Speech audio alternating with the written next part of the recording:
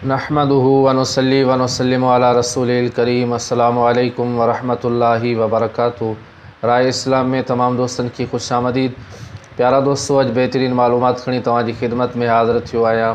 यकीनन अव्हांखे पसंद ईंदी सो ही आहे त क़यामत जे ॾियारे रोज़ेदारनि खे जन्नत में जॾहिं दाख़िल कयो वेंदो त उन्हनि जे लाइ हिकु मख़सूस दरवाज़ो आहे, बाबे रैयान जे दरवाज़े जो नालो रैयान आहे ऐं उन जे मुतालिक़ अव्हांजी खिदमत में अर्ज़ु कंदुसि। पर उन खां अॻु में अव्हां सां गुज़ारिश आहे त जेकॾहिं अव्हां असांजो चैनल सब्सक्राइब न आहे कयो त असांजे चैनल खे सब्सक्राइब कयो ऐं गॾोगॾु घंटी जे निशान ते क्लिक कयो ताजो असांजी हर अचण वारी नई मालूमात तव्हां ताईं आसानी सां पहुची सघे।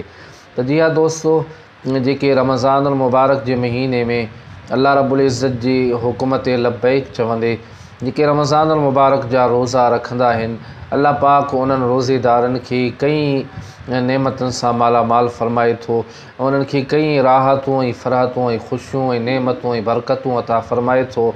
उन्हनि नेमतनि ऐं बरकतनि मां हिकिड़ी नेमत इहा बि आहे त जन्नत में जॾहिं रोज़ेदारनि खे दाख़िल कयो वेंदो त रोज़ेदारनि जे लाइ जन्नत में हिकु अलॻि दरवाज़ो आहे जंहिंजो नालो रैयान आहे। इहो रैयान दरवाज़ो सिर्फ़ु रोज़ेदारनि जे लाइ आहे। इन मां सिर्फ़ु रोज़ेदार ई दाख़िल थींदा। जॾहिं रोज़ेदार दाख़िल थी वेंदा त इहो दरवाज़ो बंदि थी वेंदो ऐं ॿिए कंहिंखे बि उन दरवाज़े मां जन्नत में दाख़िल थियण जी इजाज़त न हूंदी। त प्यारा दोस्तों, हज़रत सैयदना सहल बिन अब्दुल्लाह रज़ी अल्लाह ताला अन्हु खां रिवायत आहे त नबी करीम सल्लल्लाहु ताला अलैहि वसल्लम जिन इरशाद फ़रमायो त बेशक जन्नत में हिकु दरवाज़ो आहे जंहिंखे रैयान चयो वेंदो आहे। उन मां क़यामत जे ॾींहुं रोज़ेदार दाख़िल थींदा। उन्हनि खां अलावा ॿियो केर बि उन दरवाज़े मां जन्नत में दाख़िल न थींदो। चयो वेंदो त रोज़ेदार किथे आहिनि? पोइ रोज़ेदार उथंदा, उन्हनि खे हुकुम थींदो त जन्नत में दाख़िल थियो, उन दरवाज़े मां दाख़िल थियो, यानी दरवाज़ो जंहिंजो नालो रैयान आहे। पोइ रोज़ेदार उन दरवाज़े मां जन्नत में दाख़िल थी वेंदा। उन्हनि खां सवाइ ॿिए कंहिंखे बि इजाज़त कोन हूंदी जो उन दरवाज़े मां दाख़िल थिए। प्यारा दोस्तों, जॾहिं उन दरवाज़े मां रोज़ेदार जन्नत में दाख़िल थी वेंदा पोइ उहो दरवाज़ो बंदि थी वेंदो हमेशह जे लाइ, पोइ न खुलंदो। उन मां ॿियो केर बि उन दरवाज़े मां जन्नत में दाख़िल न थींदो। हीअ सिर्फ़ु रोज़ेदारनि जे लाइ आहे। त प्यारा दोस्तों, रोज़ेदारनि जे लाइ काफ़ी ॿियूं बि नेमतूं आहिनि, ॿियूं बि फ़राहतूं ऐं बरकतूं आहिनि। यानी जन्नत में हिकु वॾी ख़ुशख़बरी उन्हनि जे लाइ इहा आहे जो अल्लाह पाक उन्हनि खे पंहिंजो दीदार नसीब फ़रमाईंदो। यकीनन रोज़ेदार जे लाइ ॿ फ़राहतूं आहिनि। लिस्साइमी फ़रहतानि फ़रहतुन इंद फ़ित्रिही व फ़रहतुन इंद लिक़ाइ रब्बिही।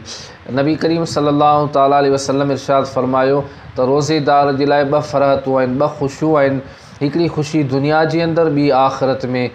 हिकिड़ी इफ़्तार जे वक़्तु दुनिया में ऐं ॿी आख़िरत में अल्लाह पाक उन्हनि खे पंहिंजे दीदार सां मुशर्रफ़ फ़रमाईंदो ऐं रोज़ेदार जेके आहिनि सो अल्लाह जो दीदार करे इहा फ़राहत ऐं ख़ुशी हासिलु कंदा।